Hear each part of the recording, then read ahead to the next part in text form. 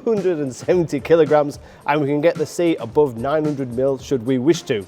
Yes, I am this short, and yes, it's going to be amusing riding it. But I've already ridden the R1300 GS, amazingly impressed by that bike. I'm liking the actual look of this bike. It looks a lot better in the flesh, and clearly BMW are confident about this bike because they're giving us 2 days in southern Spain to test this model, both on-road and off-road, and we've got the semi-automatic gearbox and we've got the manual transmission. So after 2 days, I should be able to tell you what this bike is like. And no, I'm not going to fit a low seat, I'm going to ride it standard. So we've basically got 3 or 4 groups. Each one is slightly different. I've gone for the trophy bike with the sport suspension, loads of accessories, and the seat in its standard height. I've not gone for the real tall seat, and I've gone for just a conventional clutch, conventional gearbox, not the auto. So this is going to be my bike for the day that we're going to be riding on and off road. As we say, big change for the adventure market, because normally on a GS you have they're pretty similar, but this year for 2025 there's a real distinction between the standard GS and the big adventure. You know, completely different rear end, different seating, different subframe. The electronic suspension comes as standard, similar rider rates as you'd expect with similar power and same power and torque, but in terms of styling and what it offers, it's very much a different bike, I think, to the standard GS. But we've got a long ride today, so I think 350-ish kilometers. We've got 100 kilometers of off-road. We're going to southern Spain, and then tomorrow we've got to do it all again.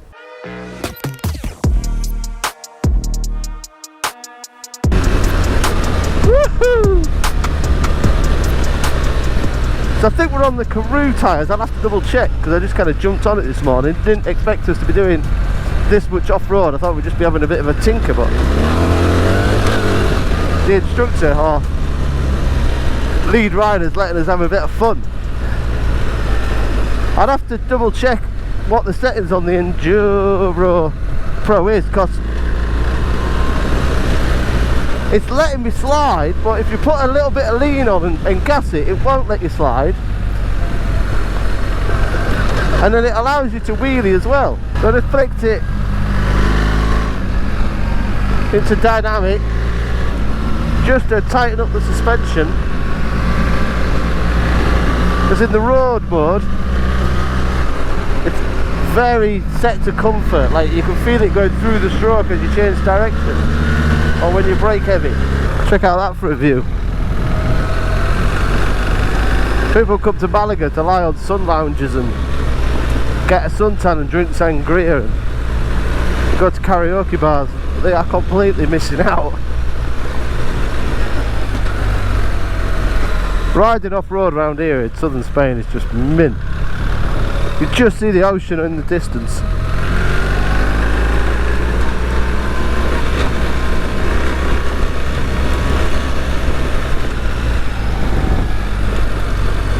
I don't know how many people are going to take 22 grand's worth of GS off-road,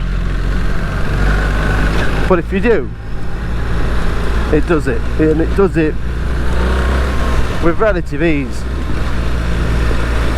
I've even got the heated grips on.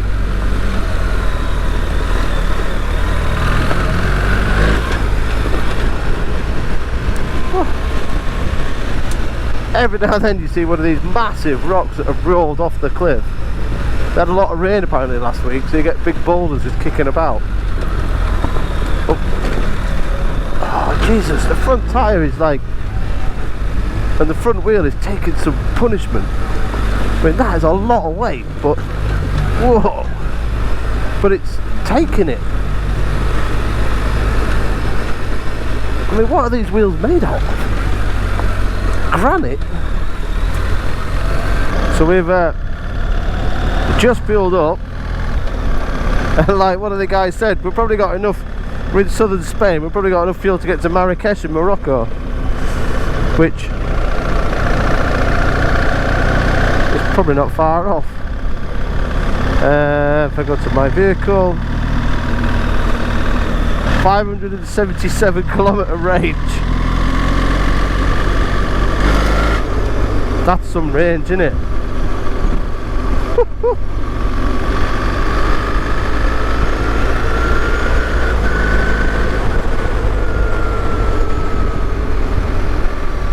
But you definitely feel when it's got a full tank compared to when it's got an empty tank.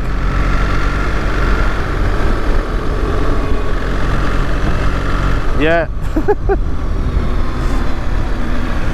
And you definitely, well, I would suggest Dynamic's the better suspension setup as well, because when you've got it in road it's too soft. And now we've got another 30 kilograms slapped to the front.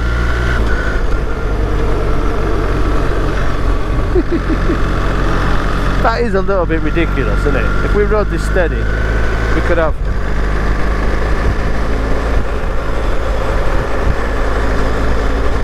we could have 600 kilometers of fuel. That's a fair old ride.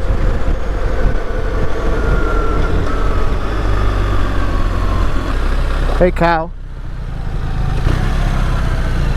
Ooh. Big cow. Don't know what Spanish for is move your ass. Sorry. Oh.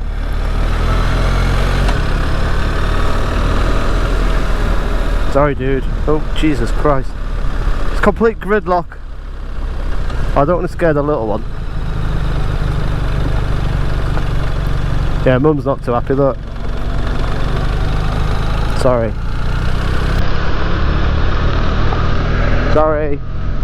There is no denying that is a big bike. What is it? Nearly 270 kilograms, 30 litre fuel tank, seat height 870. But how it performs at low speed is pretty impressive.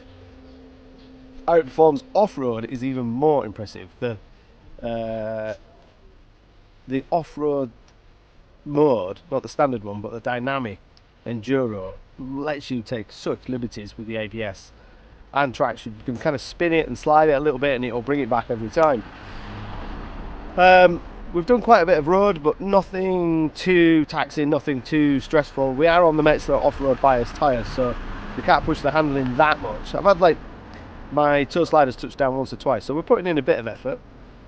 Power and torque is exactly the same as the R1300 GS, and I've been riding the bike with just a conventional clutch and conventional gearbox, so I'm going to move on to the semi-auto this afternoon. Yeah, it's a hugely impressive bike. Impressed with what you can get away with, impressed what you can do on such a big bike, but you do have to plan where you're going to stop, especially when you're a short guy like me. So coming up to start, it's in second, don't need to do anything with my left hand, roll it around like a big scooter, changes gear by itself. That is pretty effortless and pretty easy. Still don't know, I don't know, because I just, am I old? Well, I am old, that's not in question. Oh look, there's Africa. Sentences you don't think you'd say very often, but that is Africa over there.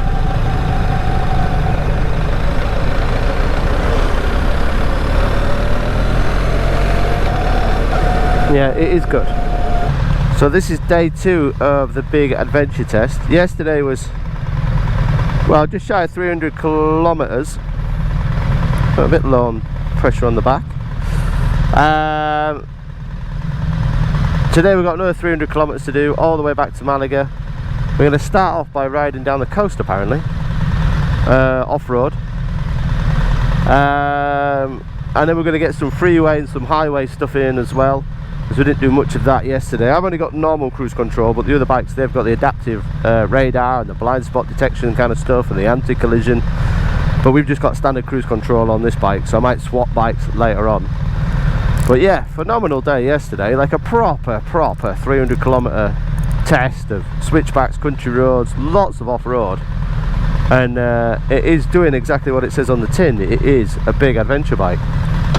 And the more I ride it, the more I'm getting used to the physical dimensions and the size of it. It just takes a little bit of planning, especially on this bike, because it hasn't got the lowering suspension. So on the other bike that I sometimes ride, that takes, when you get to a certain speed, it takes the preload out the shock. essentially, and lowers the suspension. On this one it's conventional electronic suspension. You can't have it in manual on the big adventure. So yeah, looking forward to some big miles. I quite like this place. I wish I'd have hung around a bit longer. It's full of surf shops, but yeah, let's go enjoy some more. I was going to nearly say Africa because we're close to it, but yeah, all the way back to Málaga. So not a bad way to start the morning. So this is the Straits of Gibraltar, and that is literally Africa. And we've got all this trail that just follows the coast. That's pretty cool. It's kind of cool, isn't it? Look at the size of the thing. So we've got this quite steep hill to get up now.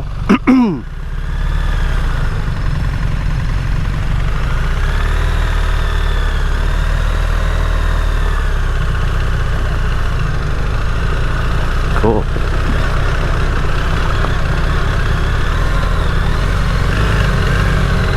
See, I'd argue this is where you need a clutch.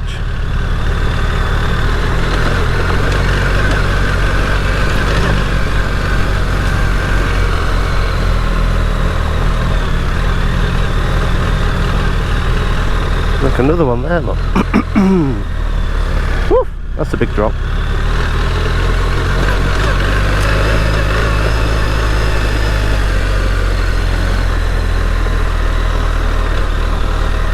So as you can hopefully see behind me, that we're just finishing off with a GS Adventure launch here in southern Spain. Interesting way that BMW have done it, because we've gone from here right down to the southern tip of Spain, where you can see Africa, stayed overnight, rode all the way back. We've done a lot of off-road, so I would probably say maybe 100, 150 kilometers of off-road, a lot of dusty, long trails, nothing too gnarly, nothing too grueling. And then on the way back then we just did a good motorway stint, just to test what the comfort's like and the screen and everything else really. So it's a proper thorough test, some big miles, long days, and hugely enjoyable. I guess the elephant in the room is its physical size and physical looks. So immediately you think it's quite intimidating, because you've got a 30 litre fuel tank, you've got an 80-70mm seat height, it's just shy of 270 kilograms. I'm only 5'7", so immediately you're like, wow, that's a big bike, but it really sheds that weight once you get going. It doesn't feel like 270 kilograms. In fact, if you kind of did a test on this bike and you got 10 people along to ride it and asked them to guess what the weight was, I don't think they would think it was above 250. It is really impressive. It's not as agile and as nimble as the new 1300 GS, which I rode this time last year, which is almost, because they've shed so much weight and it's so much more power, it's almost like a big supermoto. It's playful and joyful, which the GS never was. This is kind of now back to not as playful. You do notice the weight. The engine's got to work a little bit harder to control the weight. The brakes have got to work a bit harder to control the weight. But it's by no means is the engine struggling or the brakes struggling. It's just, you just realise you're carrying a little bit more weight. A lot of that depends on how much fuel you've got in. If you've got 30 litres of fuel and you're doing quick direction changes, trying to flick it through a roundabout, then you're kind of going, yeah, that is noticeable. You really do notice the weight. You notice the amount of physical effort you have to put in to make quick direction changes. But when the fuel starts to come down, actually, it's reasonably easy. And off-road, I've been really surprised what it can do.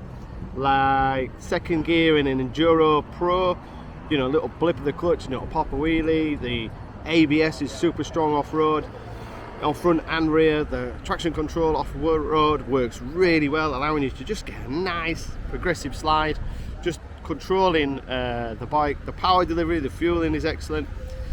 Around town, slow speeds, really nice again. Nice balance to it, like all GS's have, despite having a lot of weight high up.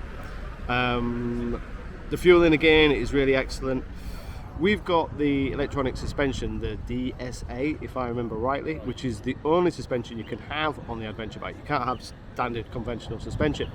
And when you change the modes, it then changes the suspension. It also changes the rider aids and the rider input. Big noticeable difference between road and dynamic. The road is set up super soft and super luxurious, and you can really feel it flowing through the stroke. Super comfy. And then when you go into dynamic, it doesn't make the fueling too aggressive, it just gives it a little bit more response, and it holds the chassis. So when you go into a corner and you're loading the chassis, it just holds the bike better. And again, when you're in Enduro and Enduro Pro, the suspension changes, the rider age change, and you can go into the suspension and change that furthermore. So you could have quite a dynamic suspension setup with a road fueling, for example, if you wanted to. In terms of comfort, unreal. Really, really, really comfortable. Again, comfort depends on what boxes you tick, because we've tried several different models. The Enduro seat isn't as comfy as the obviously comfort seat. It's down to you whether you want automatic or you want manual. If you go in automatic, then obviously that makes it easier, because you can either change conventionally with your foot by going up and down the gears with no clutch, or you can just let it change gear automatically in auto. If you do that, then it's such an easy, soft, forgiving bike to ride. You can put the comfort package on, the big screen, the panniers, select auto, tick that box, have the heated grips, have the heated seat, have the big panniers, and you could churn out some incredible miles. They're quoting 370, I think, to a tank range, and you could easily fire off a couple of tanks in a day, no problem. Comfort is absolutely exceptional. But then the other way is you could go Enduro C, have it more focused off-road with a smaller screen, so you can see over the screen when you stood up, and no luggage, depending on how and the way you want to ride. Personally, I quite enjoy still changing gear. And when I ride off-road, which I would do on this bike, I like the gears. I like to be able to come down the gears and it hold the gears. So I think I'd probably go for just the conventional gearbox, but it's such a fine line, because we just rode then through Málaga, through loads and loads of traffic, and it's like 30, well, it's really warm, a lot of traffic, it's a Saturday, and I was constantly up and down the gearbox, changing gear at the lights, where obviously when you do that with the auto, you stop at traffic lights, you don't have to use the clutch, it's very simple, very easy to use. It's same with the cruise control, that comes as standard, but do you want adaptive cruise control, do you want the anti-collision warning? Again, it's that box, do you want it ticked? And I guess that depends on what you're going to do with your adventure. And that's kind of one of the beautiful appeals of this bike, in that some people are going to buy this bike, probably never go off-road, and it's like road bias tyres, get the comfort package and the big panniers and the adaptive cruise control, the adaptive radar, select the automatic gearbox, and they're just going to churn out some big miles. I mean, we're in southern Spain. On that bike, you could easily ride that back to the UK, not a problem. And then other people, I think, are going to be maybe a little bit more adventurous, want the conventional gearbox, the off-road Karoo tyres that we've had fitted that are absolutely amazing. Go for the conventional gearbox and fit all the accessories and the big bash plates and the extra luggage that you can fit on the side of the big fuel tanks, and just go on a big epic adventure and take the bike off-road, and it will do it. You don't have to be an expert. It will take on dusty trails no ease. Yes, there's no hiding the fact it is big. Yes, there's no hiding the fact the seat is tall, but you can, again, tick some optional boxes, get a lowered seat, or go for the, I think it's DSA, which has the shock that takes off the preload. It lowers the bike as you come to a standstill. I'm only 5'7", I'm nearly flat-footed on both sides with the comfort seat and that system. And again, it's all down to that box ticking. Yes, it's also expensive. I think it's 18,700 something standard, but once you start ticking some boxes, you're easily over 20 to 21 to 22,000 pounds, which is a lot of money for a bike. But I think it now stands alone as a very different bike to the GS, and it also arguably stands alone as a big adventure bike. This is the ultimate big bad boy adventure bike. There's other adventure bikes out there, but I don't think there's many that offer the same versatility and options as this. It's got a massive fuel tank, it's got so many options. You can transform it from a big comfy tourer that rivals some of the best big touring bikes on the market, or you can tick other boxes and have it as a big adventure bike that can really bat through rocks and go through water and really smash it and have some fun. It is a lot of bike to a lot of people, and it's also very different to the 1300 GS. I think that's the only kind of downside for me, is that the 1300 GS is so good. It's like, why would you go for the adventure? And people who go for the adventure, I guess, are people that want the bigger tank range and the bigger comfort. But if you're more serious of off-road riding, then possibly the 1300 GS is a better bike because it's lighter. So I can see the arguments to and for that. But in terms of, this was a hugely important launch for BMW, a hugely important launch. That's why they put so much effort into the bike. It's ticked all the boxes the big GS needed to tick. It's got power, it's got torque, it's got looks. I personally like it. It's got the big tank, it's capable off-road and on-road, and it's no way as intimidating as it looks. I think it's going to be a big seller for BMW. I think it's going to be interesting to see how the sales swing. Are people going to go GS or are people going to go big adventure? I think that's the only decision most people are going to make.